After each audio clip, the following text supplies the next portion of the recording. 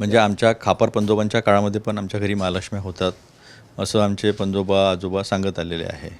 तसं आपण याचं जर गणित केलं तर हे 275 वर्षापेक्षा जास्त काळापासून आमच्या घरामध्ये महालक्ष्मी आहेत.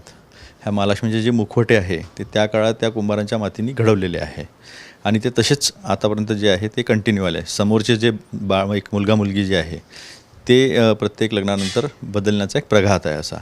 पण हे अतिशय कडक पद्धतीनं केलं जातं. आमचं गाव सावनेर आपला तालुका जो आहे तिथून 10 किलोमीटरवर छोटंसं पंढरी नाव असं गाव आहे.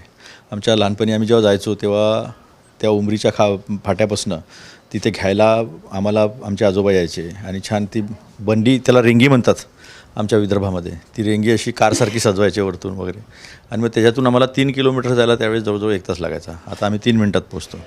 नंतर मग आजी आजोबानंतर हे महालक्ष्मी आणि गणपती जे आहे ते दोन्ही नागपूरमध्ये आमच्या मुख्य घरी, म्हणजे जिथे आईवडील राहतात आणि मोठे बंधू राहतात तिथे आम्ही दरवर्षी साजरी करतो. त्याला फार मोठी परंपरा आहे आणि खूप जुन्या आहे. म्हणजे प्रत्येकजण सांगतं की आमच्या लहानपणी, आमचे पंजोबा पण सांगायचे की आमच्या लहानपणापासून पाहतो.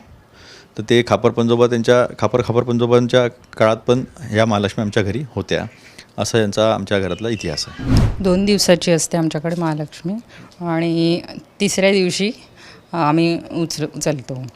विसर्जन असतं तिसऱ्या दिवशी. महालक्ष्मी आलं की एकदम प्रसन्न वातावरण असतं आणि खूपच छान वाटतं. ते 3 दिवस म्हणजे एकदमच मस्त वाटतात ते.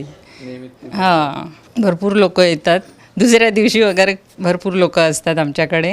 त्याचं नैवेद्य वगैरे असतं. आज पहिल्या दिवशी आमच्याकडे काकडीचं नैवेद्य असतं, काकडीचे थालीपीठ असतात आणि त्याच्यावर भाजी असते, दही असतं. ते आज सगळ्यांना आम्ही देतो नैवेद्य म्हणून. आणि दुसऱ्या दिवशी मग सगळ्यांना बोलवतो आम्ही.